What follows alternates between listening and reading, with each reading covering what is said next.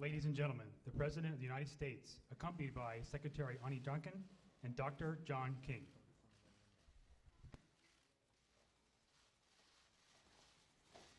Please be seated, everybody. Good afternoon. Arne Duncan is one of my longest-serving cabinet secretaries, and he's been a friend for a lot longer than that. So it's with some regret and sorrow that I've accepted his decision to return to our hometown of Chicago. After more than 6 years of living in Washington, Arne's wonderful wife, Karen, and their excellent kids, Claire and Ryan, who are also buddies of mine, wanted to move back home. And that's meant, in the interim, a lot of time apart. So I'll be honest, I pushed Arne to stay. Sorry, guys. But I also know from personal experience how hard it is to be away from your family on a sustained basis. So while I will miss Arne deeply, he's more than earned the right to return home. Take a look at what Arne's accomplished over the last 6.5 years. He's one of the longest-serving secretaries of education in our history, and one of the more consequential. In just a few years, Arne and his team have delivered some incredible results at every stage of the educational experience. More than 30 states have upped their investment in early childhood education. Nearly every state in America has raised standards for teaching and learning and expectations for what our kids can learn. And our high school graduation rate is at an all-time high. We've helped millions more families afford college, and more Americans are graduating from college than ever before. And that's just scratching the surface. Arne's done more to bring our educational system, sometimes kicking and screaming, into the 21st century than anybody else. America's going to be better off for what he has done. It's going to be more competitive and more prosperous. It is going to be more equal and more upwardly mobile. It's a record that I truly believe no other education secretary can match. Arne bleeds this stuff. He cares so much about our kids, and he has been so passionate about this work. And everybody who interacts with him, including people who disagree with him on some issues, never questions the genuineness and heart that he has brought to this job. So I couldn't be prouder of him, and for good measure, Arne also holds the record for most points scored in an NBA All-Star game.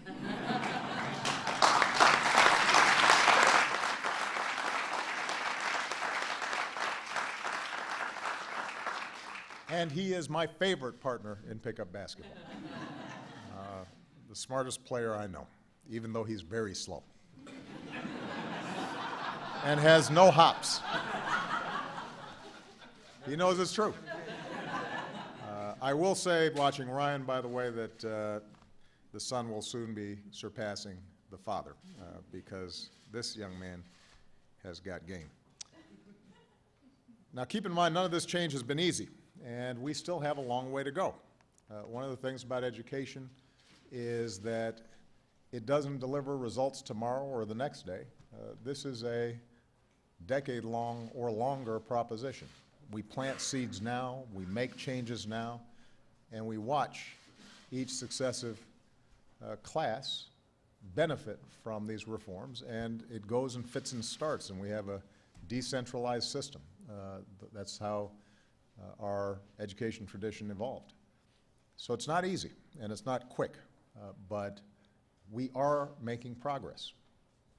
And we're not going to stop in these last 15 months. And that's why it's so important, and why I think we're very lucky that even as Arne steps down, we've got an exceptionally talented educator to step in, and that is Dr. John King. John is already on Arne's leadership team. He's been an educator all his life, a teacher, a principal, a leader of schools, the New York State's education chief. He's the right man to lead the department. He shares our commitment to preparing every child for success in a more innovative and competitive world. He's got a great team already at the Department of Education, of which I am very, very proud. his family is equally cool and good-looking. And he has equally exceptional children. And I know that together, we're going to continue to be able to do great things on behalf of our kids. So, Arne and John, I want to wish both of you hearty congratulations and good luck. Now I'm going to let them say a few words, and then I'm just going to make a few remarks before I take some questions from the press. Start with Arne. I've cried more today than I have in a while, so I'll try not to get up here and cry. I'll start with the president. And when he asked us to come to D.C. and work with him, that was about a 1-minute conversation with my wife. And it wasn't that we wanted to leave Chicago. It wasn't that we necessarily wanted to be our education secretary. I just wanted to be on his team and believe so much in what he was about and what he stood for. And I have to say, 7.5 years later, my admiration is only greater. And it's pretty remarkable. It's important for the folks to know that every hard decision, his only question was, what's the right thing to do for kids? And challenging us and our team to fight for kids every single day. And often that was the hard political decision. And that was never a factor. And his passion and his commitment has been absolutely extraordinary. And for me, it's not the political leadership, it's not the educational leadership, it's the moral leadership. And I just can't tell you, Mr. President, personally, what an unbelievable honor it was just to spend some time. And for those, it's every day you see it, but for folks who watched him last night talking about the horrendous massacre, gun massacre in Oregon, and how preventable these things are, we need that moral leadership, and please keep that fight. To our team, the team you have at the White House, Cecilia and Dennis and Valerie and others, it's been extraordinary to work with the DPC. I don't say this lightly. I think our team at the Department of Education is stronger than it's ever been. You never know over 7-8 years how those teams go, and do you have the B team towards the end? Well, I think we have the A team, and the combination of being able to work with the White House, Sean and Sylvia and so many folks are here, Anthony, with the team in place. I'm just extraordinarily hopeful and confident about what they can do together. Emma and Ted and the rest of the crew, you said a little bit about John, and for folks to know, for all of us, this work is very, very personal. For the president, it's very personal. For me, it's very personal. John was one of those kids that probably shouldn't be in a room like this if you sort of look at the stereotypes. And not the easiest time growing up. He'll tell you more about it, but lost both his parents at a pretty early age. Went to live with his brother. That wasn't very easy either. But he had an amazing teacher who saw something in him and kept him going. And today, he gets to stand here with the president. And so many times, I think we in society write off kids that look like John and come from places like John. And to see what he can accomplish, I think that's what drives all of us. We know there's so many other kids out there we can reach. And while I'm deeply, deeply sad to be leaving, I'm extraordinarily happy and thankful and proud that John's going to carry on this work with the team. So I want to thank everybody for their hard work. I quickly want to try not to get emotional here, but thank my parents as well. And my dad is a lifelong educator at the University of Chicago. Taught there all his life. My mother started an inner city tutoring program before we were born and raised all of us as a part of that program. And that changed our lives. And all our life, we saw what kids could do when they were given a chance. And that's why we do this work today. And to be able to see what she did at one little corner at 46 in Greenwood, and to now have a chance over the past 6.5 years to try and have an impact around the nation, because this man gave us a chance. For my family, I can't tell you how much it means to us. And then finally, just to my family. And I love this work. I love this team. I love the president. I love the chance to serve. The only thing I love more is you guys. And I can't wait to come home and see a couple more track meets and maybe get to coach Ryan a little bit and maybe have a few more dinners and maybe go to movies someday. That'd be pretty amazing. So it's been too long. And so it's been an amazing, amazing journey, and I feel so proud to be so lucky to have been a part of this team. And Mr. President, thanks for creating the climate in which all of us here could have the impact we did.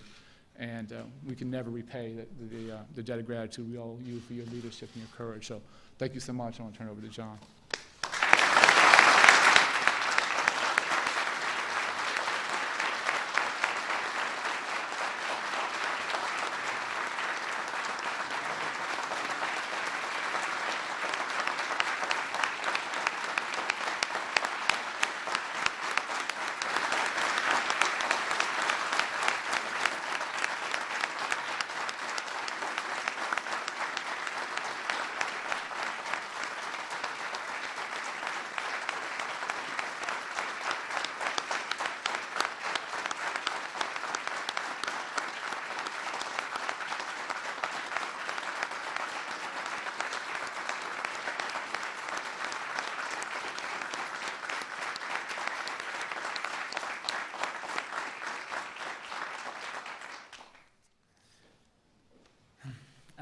thank you, Arne, for very kind words. Thank you, Mr. President, for the opportunity to serve and for the faith that you've placed in me and the team that we have at the department.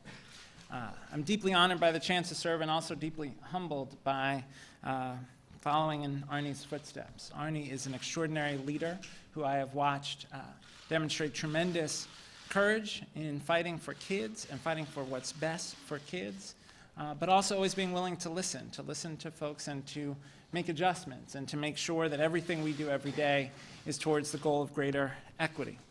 Mr. President, you and Arne and our team at the department have laid out an ambitious agenda, from strengthening early childhood education and expanding access to early childhood, to raising standards for teaching and learning in K through 12, to ensuring that more Americans have access to high quality higher education, to ensuring that we support our teachers and that we invest in our teachers and provide the best preparation and support and leadership opportunities for them. It's an incredible agenda, and I'm proud to be able to carry it forward with the amazing team that we have at the department. Earlier this week, Arne gave a speech at the National Press Club, and in that speech, Arne said, education can be the difference between life and death.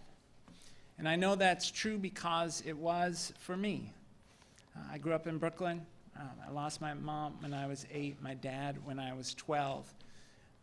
My dad was very sick before he passed. I moved around between family members and schools. But teachers, New York City public school teachers, are the reason that I am alive. They are the reason that I became a teacher. They are the reason I'm standing here today. Those teachers created amazing educational experiences, but also gave me hope about what is possible, what could be possible for me in life. I know schools can't do it alone. There's work we have to do on economic development and housing and healthcare, but I know that my parents, who spent their lives as New York City public school educators, believe that school was at the heart of our promise of equality of opportunity for all Americans. That's what they believe, that's what the President believes, that's what Arne believes, and that's what I feel very privileged to be able to work on with this amazing team we have at the department.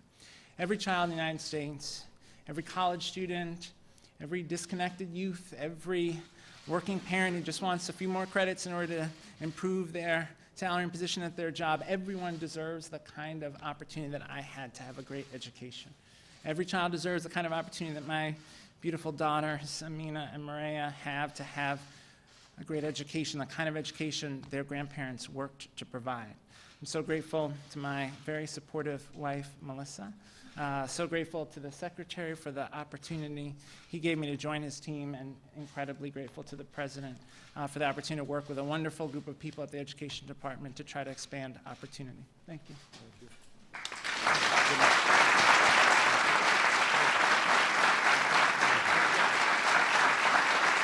Thank you.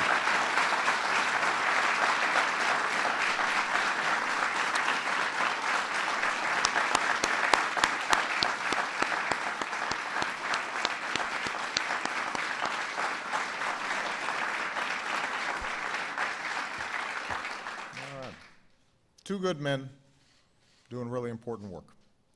So I'm lucky to have them both as colleagues and as friends, and I'm looking forward to seeing even more work done in the next few months. We've got some other business to attend to. So all of you who were here to celebrate Arne and John, you're lucky enough now to have to sit through a little bit of a press conference with me. So make yourselves comfortable. I warned the kids ahead of time. I said, try not to look completely bored.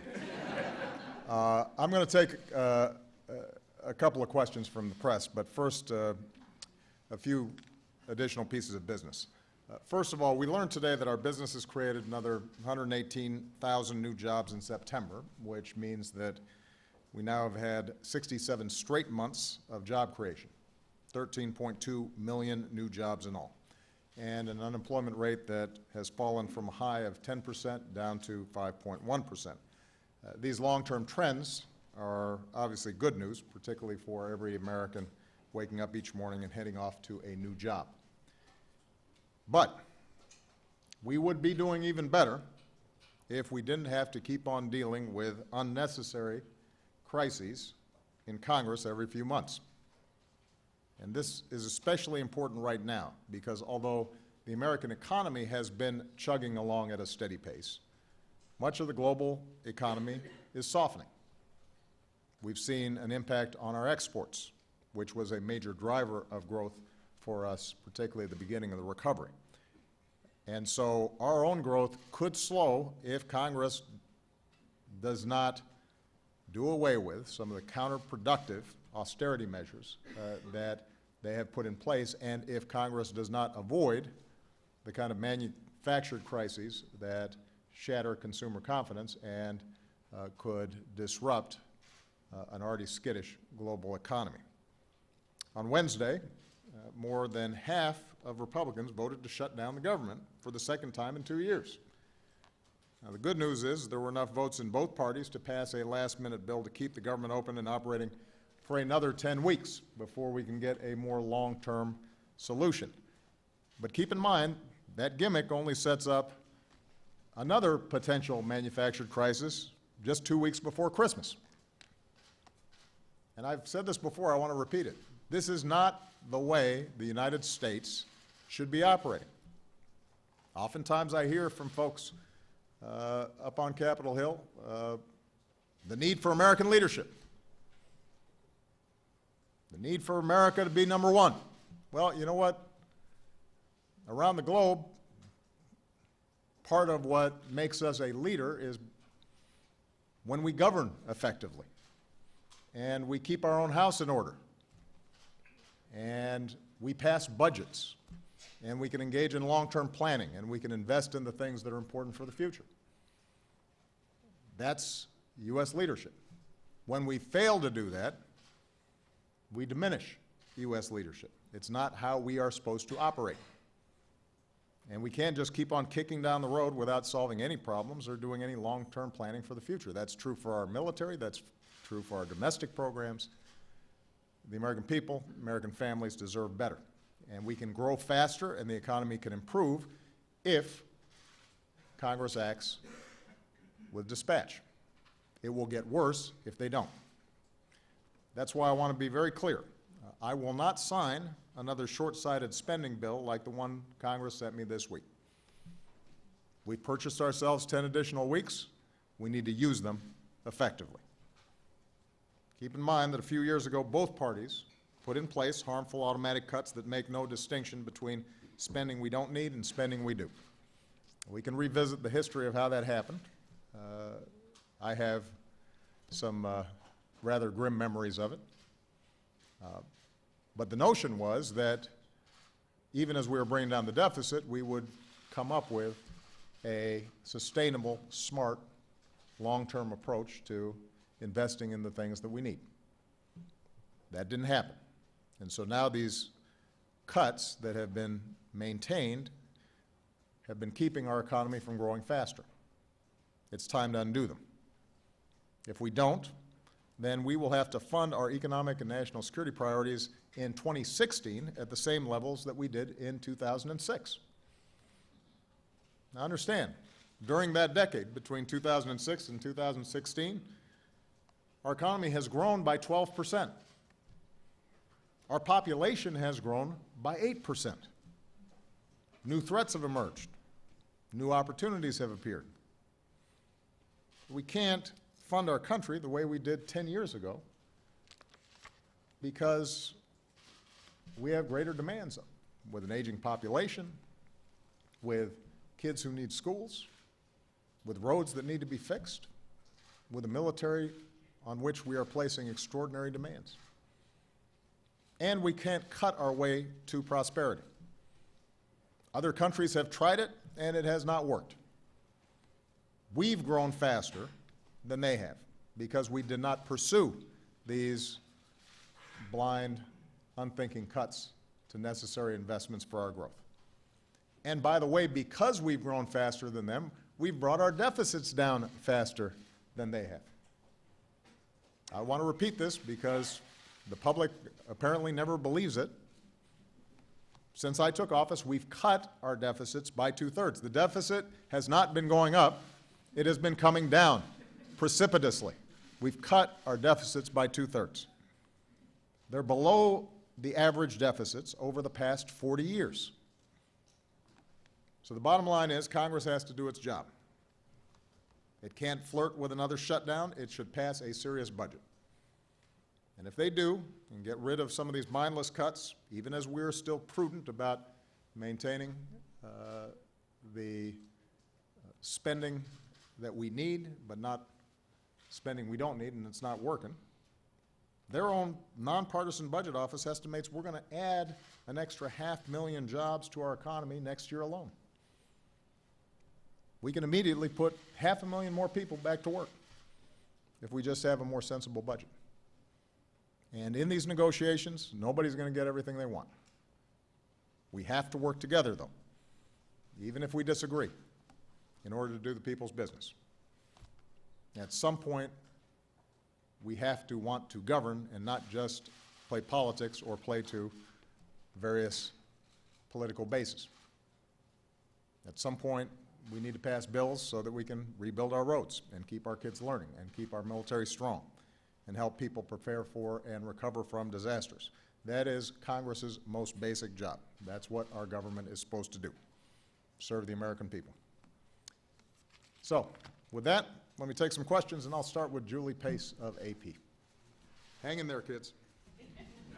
It'll be over soon. Thank you, Mr. President. There have been several developments in Syria that I wanted to ask you about, starting with Russia's involvement. You met with President Putin earlier this week, and I wonder if you think he was honest with you about his intentions in Syria.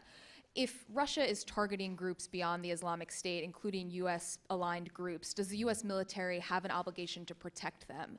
And on the situation in Syria more broadly, there have obviously been failures in the U.S. Train and Equip program. Do you believe that that program can be fixed, or do you have to look at other options? Would you in particular be willing to reconsider a no-fly zone, which several presidential candidates, including your former Secretary of State, are now calling for? Yeah. Well, first and foremost, let's understand what's happening in Syria and how we got here. What started off as peaceful protests against Assad, the president, evolved into a civil war because Assad met those protests with unimaginable brutality. And so this is not a conflict between the United States and any party in Syria. This is a conflict between the Syrian people and a brutal, ruthless dictator. Point number two is that the reason Assad is still in power is because Russia and Iran have supported him throughout this process. And in that sense, what Russia is doing now is not particularly different from what they had been doing in the past. They're just more overt about it. They've been propping up a regime that is rejected by an overwhelming majority of the Syrian population, because they've seen that he has been willing to drop barrel bombs on children and on villages indiscriminately, and has been more concerned about clinging to power than the state of his country. So in my discussions with President Putin, I was very clear that the only way to solve the problem in Syria is to have a political transition that is inclusive, that keeps the state intact, that keeps the military intact, that maintains cohesion, but that is inclusive, and the only way to accomplish that is for Mr. Assad to transition, because you cannot rehabilitate him in the eyes of Syrians. This is not a judgment I'm making. It is judgment that the overwhelming majority of Syrians make. And I said to Mr. Putin that I would be prepared to work with him if he is willing to broker with his partners, Mr. Assad and Iran, a political transition.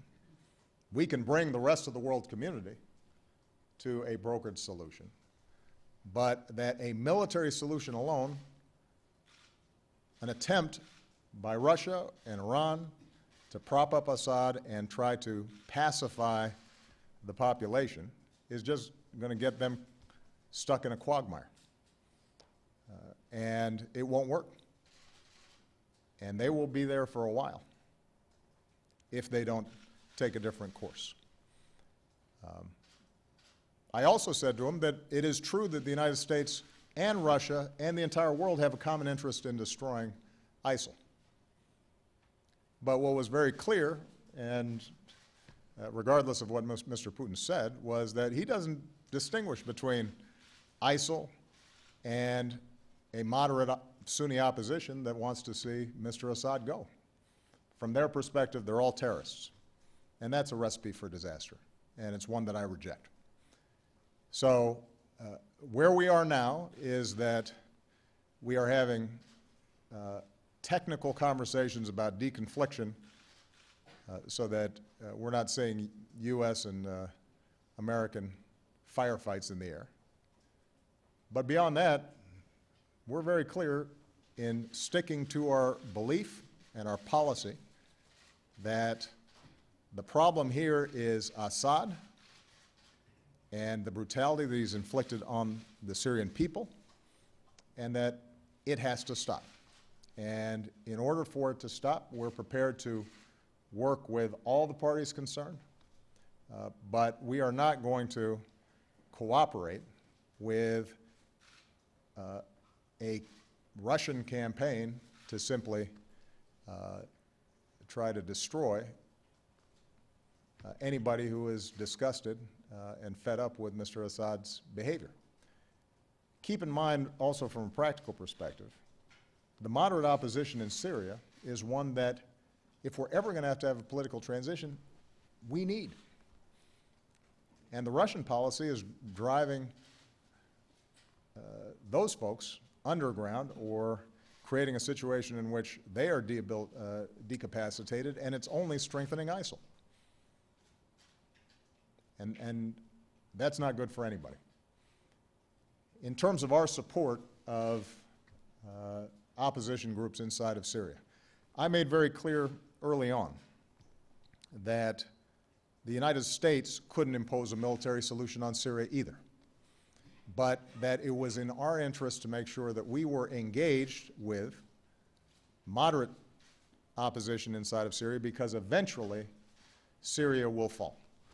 The Assad regime will fall. And we have to have somebody who we're working with that we can help pick up the pieces and stitch back together a cohesive, coherent country. And so we will continue to support them. The Training and Equip program was a specific initiative by the Defense Department to see if we could get some of that moderate opposition to focus attention on ISIL in the eastern portion of the country. And I'm the first one to acknowledge it has not worked the way it was supposed to, Julie. And I think that the Department of Defense would say the same thing. And part of the reason, frankly, is because when we tried to get them to just focus on ISIL, the response we'd get back is, how can we focus on ISIL when every single day we're having barrel bombs and attacks from the regime? And so it's been hard to get them to reprioritize looking east when they've got bombs coming at them from the west. So what we're doing with the Train and Equip is looking at where we have had success, for example, working with some of the Kurdish community in the east that pushed ISIL out, seeing if we can build on that. But what we're also going to continue to do is to have contacts with and work with opposition that rightly believes, in the absence of some change in government inside of Syria, we're going to continue to see civil war, and that is going to turbocharge ISIL recruitment and jihadist recruitment, and we're going to continue to have problems. Now, last point I just want to make about this, because sometimes the conversation here in the Beltway differs from the conversation internationally. Mr. Putin had to go into Syria not out of strength, but out of weakness, because his client, Mr. Assad, was crumbling, and it was insufficient for him simply to send them arms and money. Now he's got to put in his own planes and his own pilots. And the notion that he put forward a plan and that somehow the international community sees that as viable because there's a vacuum there.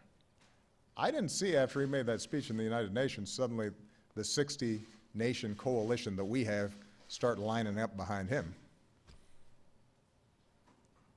Iran and Assad make up Mr. Putin's coalition at the moment. The rest of the world makes up ours. So I don't think people are fooled by the current strategy.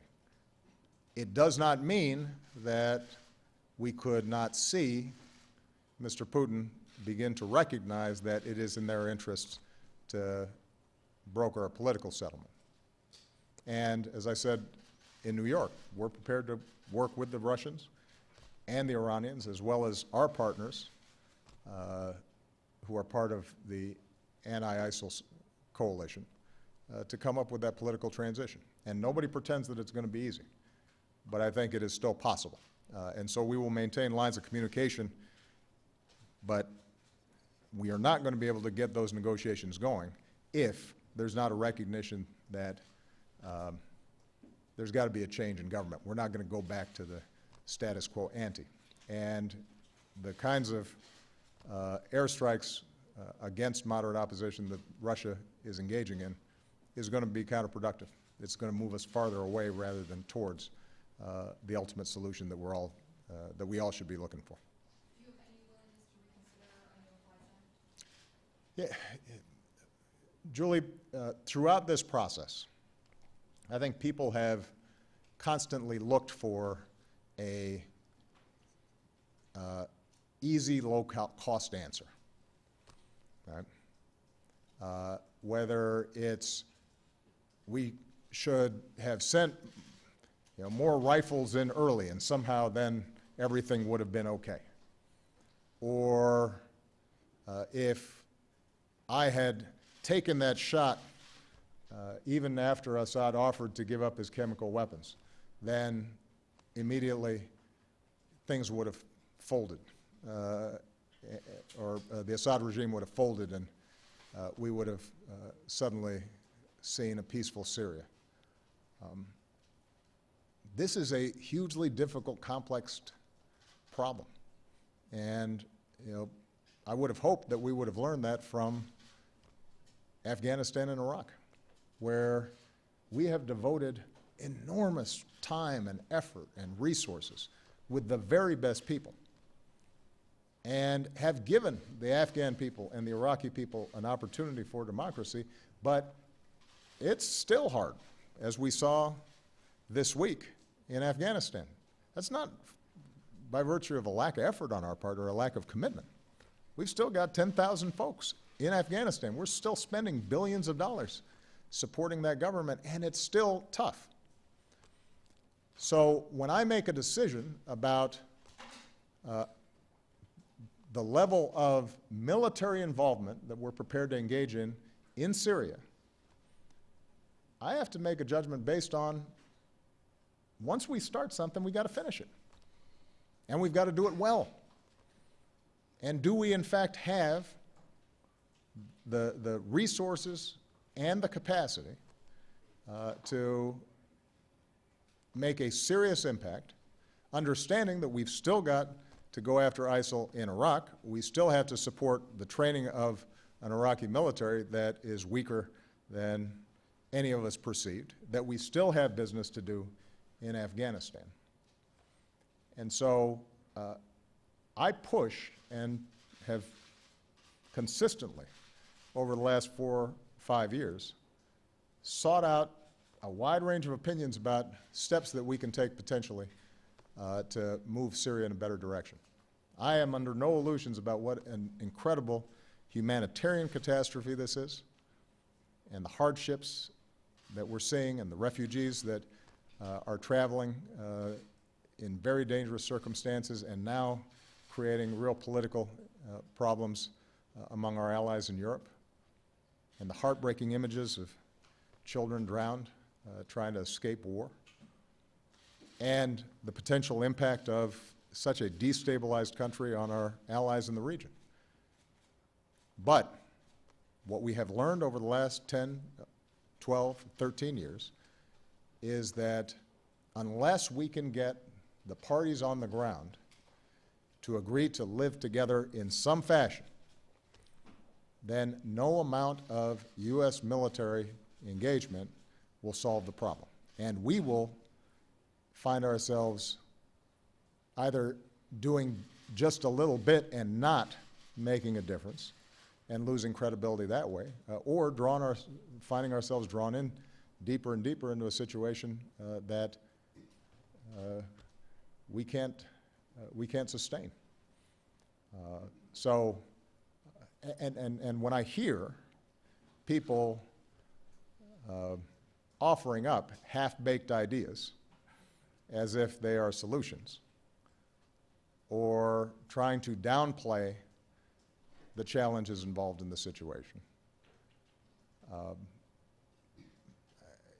what I'd like to see people ask is specifically, precisely, what exactly would you do, and how would you fund it, and how would you sustain it? And typically, what you get is a bunch of mumbo-jumbo. So these are hard challenges. They are ones that we are going to continue to pursue. The top-line message that I want everybody to understand is we are going to continue to go after ISIL. We are going to continue to reach out to a moderate opposition. We reject Russia's theory that everybody opposed to Assad is a terrorist.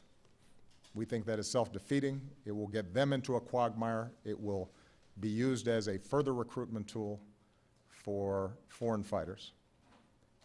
We will work with the international community and our coalition to relieve the humanitarian pressure on refugees. We are working with the Turks and others to see what we can do along the border to make things safer for people.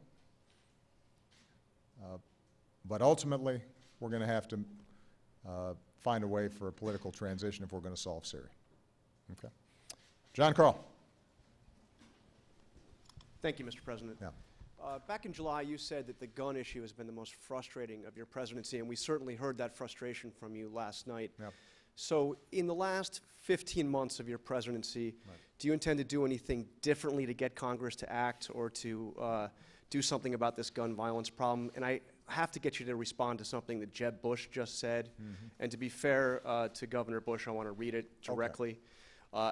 Asked about the drive to take action in light of what happened in Oregon. He said, look, stuff happens. There's always a crisis, and the impulse is always to do something, and it's not always the right thing to do. How would you react to Governor Bush? I don't even think I have to react to that one.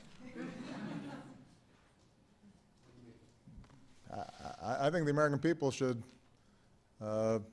hear that and make their own judgments based on the fact that every couple of months we have a mass shooting. And in terms of, and they can decide whether they consider that stuff happening. In terms of what I can do, I've asked my team, as I have in the past, to scrub what kinds of authorities do we have to enforce the laws that we have in place more effectively to keep guns out of the hands of criminals. Are there additional actions that we can take that might prevent even a handful of these tragic deaths from taking place? But, as I said last night, this will not change until the politics changes and the behavior of elected officials changes. And so the main thing I'm going to do is I'm going to talk about this on a regular basis. And I will politicize it because our inaction is a political decision that we are making. The reason that Congress does not support even the modest gun safety laws that we proposed after Sandy Hook is not because the majority of the American people don't support it. I mean, normally, politicians are responsive to the views of the electorate. Here you've got majority of the American people think it's the right thing to do. Background checks, other common sense steps that would maybe save some lives. Couldn't even get a full vote. And why is that? It's because of politics. It's because interest groups fund campaigns, feed people fear, and in fairness, it's not just in the Republican Party, although the Republican Party is just uniformly opposed to all gun safety laws. And unless we change that political dynamic, we're not going to be able to make a big dent in this problem. For example, you'll hear people talk about the problem's not guns, it's mental illness.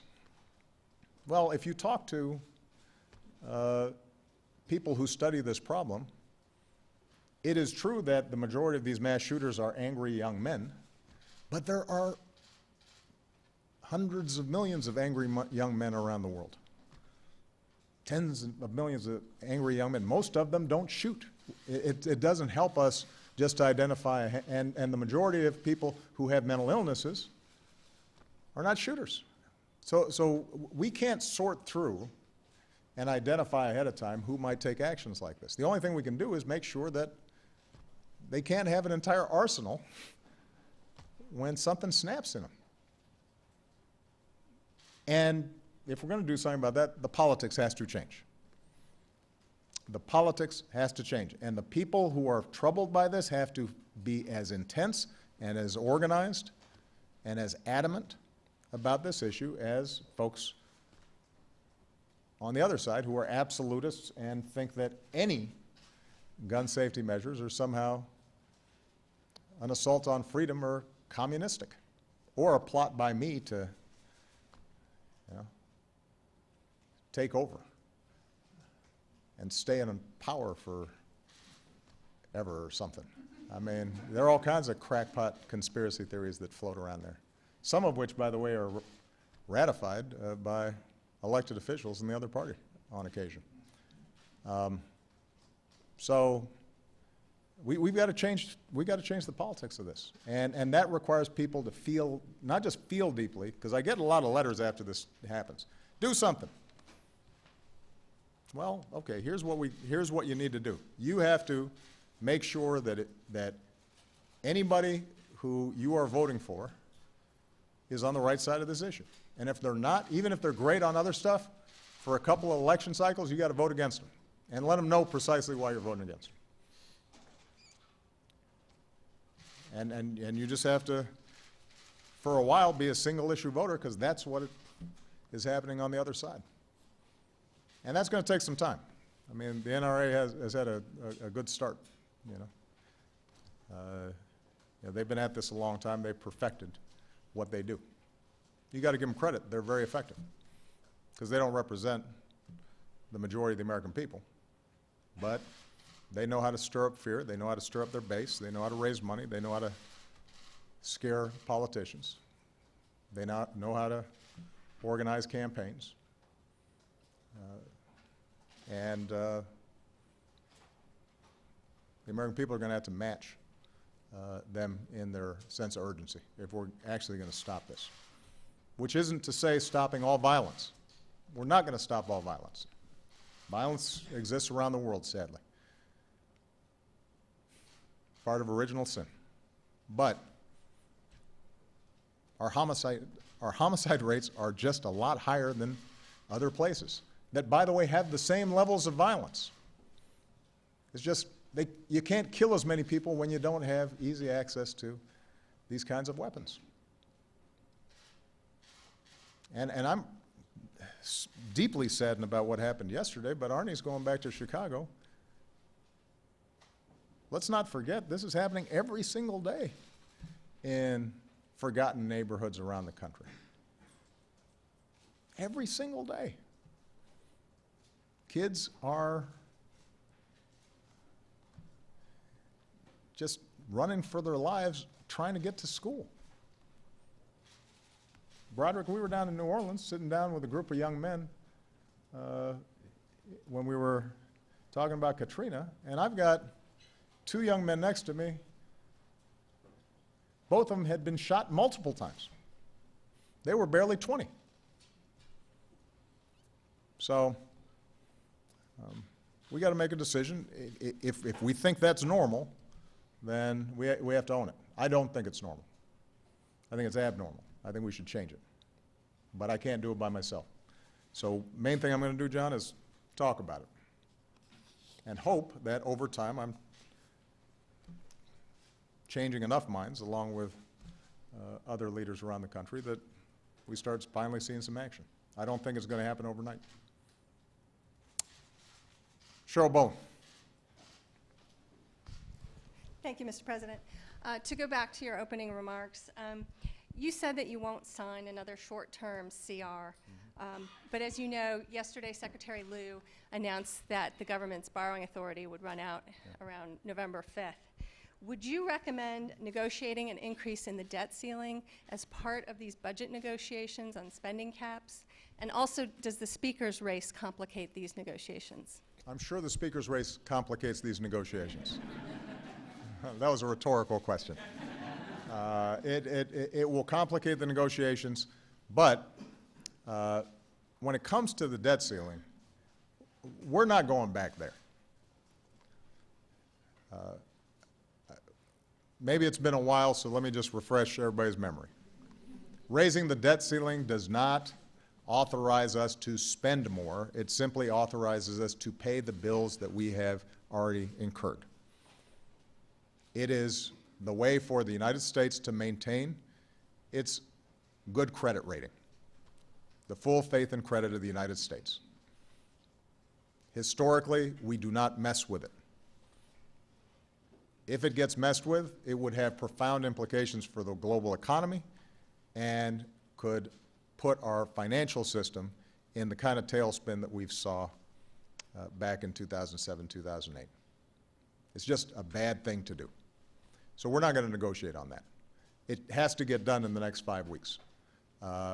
So even though the continuing resolution to keep the government open lasts for 10 weeks, we have to get the debt ceiling raised in 5. You've got a shorter timetable to get that done. But here's the bottom line. Mitch McConnell, John Boehner, myself, Nancy Pelosi, Harry Reid, we've all spoken and talked about trying to negotiate a budget agreement. And yes, Speaker Boehner's decision to step down complicates it, but I do think that there is still a path for us to come up with a reasonable agreement that raises the spending caps above sequester to make sure that we can properly finance both our defense and non-defense needs, that maintains a prudent control of our deficits, and that we can do that in short order. It's not that complicated. It's, there's, the math is the math. And what I've encouraged is that we get started on that work immediately, and we push through over the next several weeks and try to leave out extraneous issues that may prevent us from getting a budget agreement. I know, for example, that there are many Republicans who are exercised about Planned Parenthood. And I deeply disagree with them on that issue.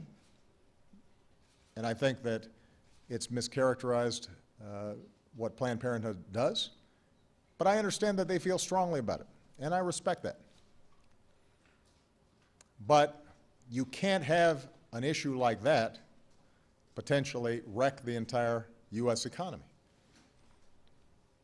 Any more than I should hold the entire budget hostage to my desire to do something about gun violence. I feel just as strongly about that. And I think I've got better evidence for it. But the notion that I would threaten the Republicans that unless they passed gun safety measures that would stop mass shootings, I'm going to shut down the government and not sign an increase in the debt ceiling, would be irresponsible of me. And the American people rightly would reject that. Well, same is true for them. There are some fights that we fight individually. They want to defund Planned Parenthood, there's a way to do it. Pass a law, override my veto. That's true across a whole bunch of issues that they disagree with me on. And that's how democracy works. I got no problem with that. But you have to govern. And I'm hoping that the next speaker understands that the problem Speaker Boehner had or Mitch McConnell had in not dismantling Obamacare or not eliminating the Department of Education or not deporting every immigrant in this country was not because Speaker Boehner or Mitch McConnell didn't care about conservative principles. It had to do with the fact that they can't do it in our system of government, which requires compromise. Just like I can't do everything I want in passing an immigration bill or passing a gun safety bill. And that doesn't mean that I throw a tantrum and try to wreck the economy and put hard-working Americans who are just now able to dig themselves out of a massive recession, put them in harm's way. Wrong thing to do. Peter Alexander. Thank you, Mr. President.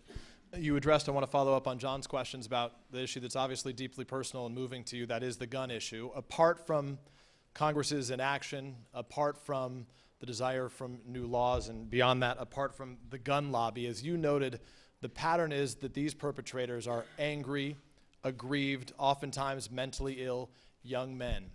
Is there something that you can do with the bully pulpit, with your moral authority, with your remaining time in office, to help reach these individuals who believe that gun violence is the way out? No.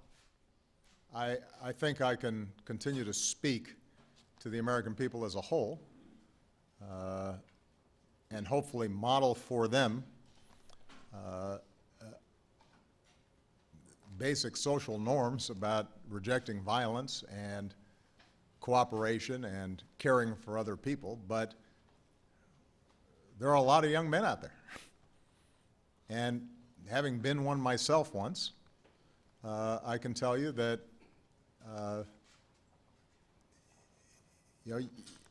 us being able to identify or pinpoint who might have problems is extraordinarily difficult. So I think we as a culture should continuously think about how we can nurture our kids, protect our kids, talk to them about conflict resolution, discourage violence. I think there are poor communities where, rather than mass shootings, you're seeing just normal interactions that used to be settled by a fist fight, settled with guns, where maybe intervention programs and mentorship and things like that can work. That's the kind of thing that we're trying to encourage through My Brother's Keeper.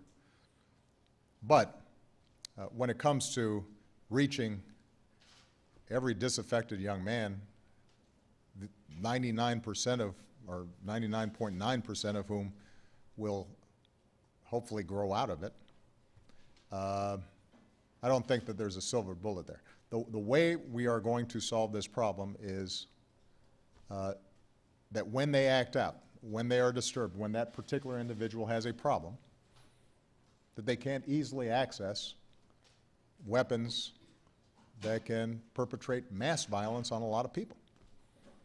Because that's what other countries do. Again, I want to emphasize this. There's no showing that somehow we are inherently more violent than any other advanced nation, or that young men are inherently more violent in our nation than they are in other nations. I will say young men inherently are more violent than the rest of the population. But there's no sense that somehow it's something in the American character that is creating this. Levels of violence are on par between the United States and other advanced countries. What is different is homicide rates and gun violence rates and mass shooting rates. So it's not that the behavior or the impulses are necessarily different as much as it is that they have access to more powerful weapons. Julie Edwards. Thank you, Mr. President. You just said that you reject President Putin's approach to Syria and his attacks on moderate opposition forces. You said it was a recipe for disaster. But what are you willing to do to stop President Putin and protect moderate opposition fighters? Would you consider imposing sanctions against Russia? Would you go so far as to equip moderate rebels with anti-aircraft weapons to protect them from Russian air attacks? And how do you respond to critics who say Putin is outsmarting you, that he took a measure of you in Ukraine, and he felt he could get away with this? Yeah, I've heard it all before. Thank you. I've got to say, I'm always struck by the degree to which not just critics, but I think people buy this narrative. Let's think about this. So when I came into office 7.5 years ago, America had precipitated the worst financial crisis in history, dragged the entire world into a massive recession. We were involved in 2 wars with almost no coalition support. U.S. World opinion about the United States was at a nadir. We were just barely above Russia at that time, and I think potentially slightly below China's. And we were shedding 800,000 jobs a month and so on and so forth. And today, we're the strongest large advanced economy in the world. Probably one of the few bright spots in the world economy. Our approval ratings have gone up. We are more active on more international issues and forge international responses to everything from Ebola to countering ISIL. Meanwhile, Mr. Putin comes into office at a time when the economy had been growing and they were trying to pivot to a more diversified economy. And as a consequence of these brilliant moves, their economy is contracting 4% this year. They are isolated in the world community, subject to sanctions that are not just applied by us, but by what used to be some of their closest trading partners. Their main allies in the Middle East were Libya and Syria, Mr. Gaddafi and Mr. Assad, and those countries are falling apart, and he's now just had to send in troops and aircraft in order to prop up this regime at the risk of alienating the entire Sunni world. So, what was the question again? No, but I think it's really interesting to understand. Russia's not stronger as a consequence of what they've been doing. They get attention. The sanctions against Ukraine are still in place. And what I've consistently offered, from a position of strength, because the United States is not subject to sanctions, and we're not contracting 4% a year, what I've offered is a pathway whereby they can get back onto a path of growth and do right by their people. So Mr. Putin's actions have been successful only insofar as it's boosted his poll ratings inside of Russia, which may be why the Beltway is so impressed, because that tends to be the measure of success. Of course, it's easier to do when you've got a state-controlled media. But this is not a smart strategic move on Russia's part. And what Russia's now done is not only committed its own troops into a situation in which the overwhelming majority of the Syrian population sees it now as an enemy, but the Sunni population throughout the Middle East is going to see it as a supporter, an endorser of those barrel bombs landing on kids. At a time when Russia has a significant Muslim population inside of its own borders that it needs to worry about. So I want Russia to be successful. This is not a contest between the United States and Russia. It is in our interest for Russia to be a responsible, effective actor on the international stage that can share burdens with us, along with China, along with Europe, along with Japan, along with other countries, because the problems we have are big. So I'm hopeful that Mr. Putin, having made this doubling down of the support he's providing to Mr. Assad, recognizes that this is not going to be a good long-term strategy, and that he works instead to bring about a political settlement, just as I hope that they can resolve the issues with Ukraine in a way that recognizes Russian equities but upholds the basic principle of sovereignty and independence that the Ukrainian people should enjoy like everybody else. But until that time, we're going to continue to have tensions and we're going to continue to have differences.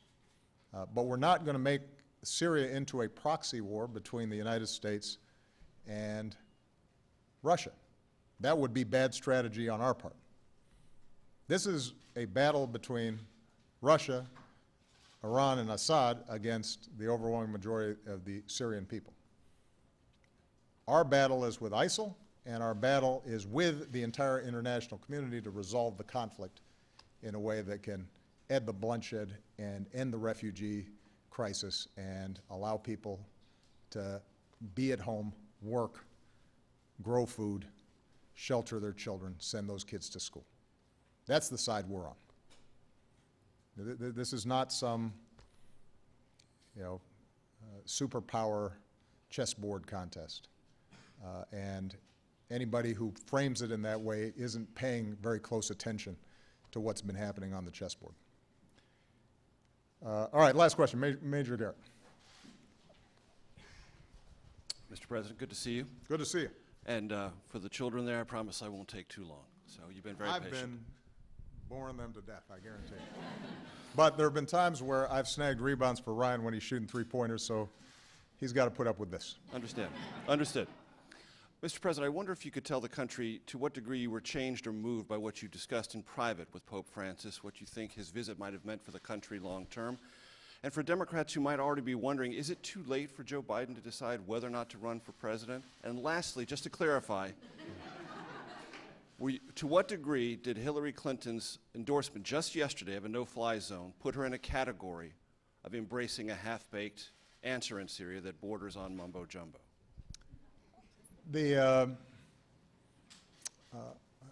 On the latter issue, on the last question that you asked, Hillary Clinton is not half-baked in terms of her approach to these problems. She was obviously my Secretary of State.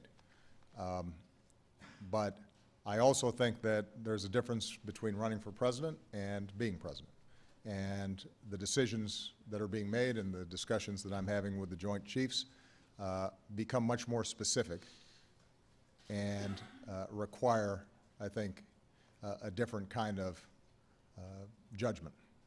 And that's what I'll continue to apply as long as I'm here. And If and when she's president, then she'll make those judgments, and she's been there enough that she knows you know, these are tough calls, but that. No, that's not what I said. That's perhaps what you said. What I'm saying is that we all want to try to relieve the suffering in Syria, but my job is to make sure that whatever we do, we are doing in a way that serves the national security interests of the American people, that doesn't lead to us getting into things that we can't get out of or that we cannot do effectively, and as much as possible that we're working with international partners. And we're going to continue to explore things that we can do to protect people and to deal with the humanitarian situation there, and to provide a space in which we can bring about the kind of you know, political transition that's going to be required to solve the problem. And I think Hillary Clinton would be the first to say that when you're sitting in the seat that I'm sitting in the Situation Room, things look a little bit different. Because she's been right there next to me. I love Joe Biden, and he's got his own decisions to make, and I'll leave it at that. And in the meantime, he's doing a great job as vice president and has been really helpful on a whole bunch of issues. Pope Francis, I love. He is a good man with a warm heart and a big moral imagination. And I think he had such an impact in his visit here as he's had around the world because he cares so deeply about the least of these. And in that sense expresses what I consider to be, as a Christian, the essence of Christianity. And he's got a good sense of humor. Well, I can't share all his jokes. They were all clean. And as I said in the introduction in the South Lawn when he appeared here at the White House, I think it's really useful that he makes us uncomfortable in his gentle way, that he's constantly prodding people's consciences and asking everybody all across the political spectrum what more you can do to be kind and to be helpful and to love and to sacrifice and to serve. And in that sense, I don't think he's somebody where we should be applying you know, the typical American political measures, you know, liberal and conservative and left and right. I think he is speaking to all of our consciences, and you know, we all have to then search ourselves to see if there are ways that we can, you know, we can do better.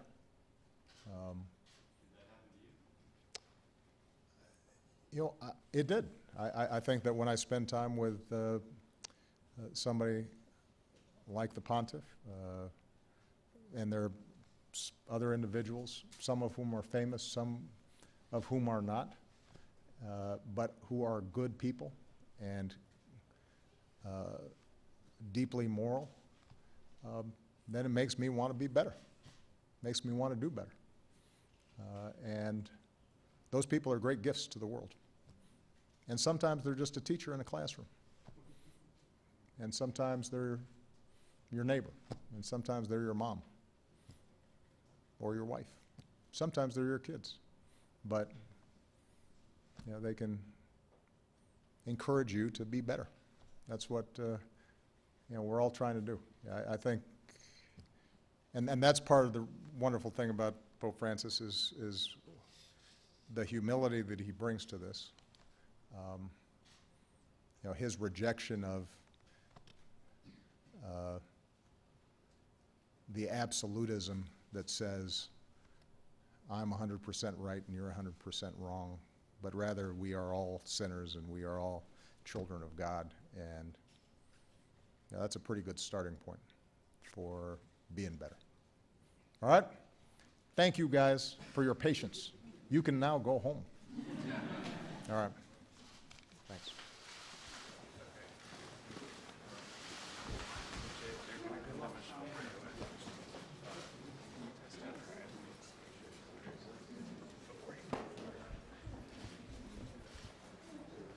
I hear you, Greg.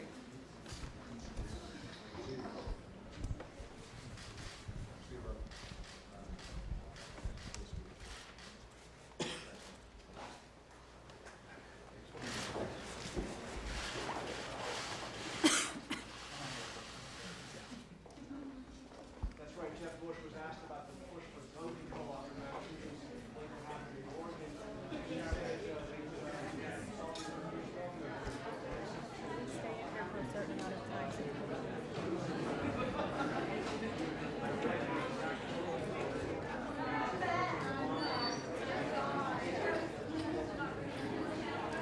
That's what you showed me, that you weren't doing anything. It's okay. We're good. It's okay. Did you not know that? Oh, sure. That means okay. Three-question press conference, or three-question press conference, or it's going to be 3 discs, or it's okay. All right. It's a question, okay?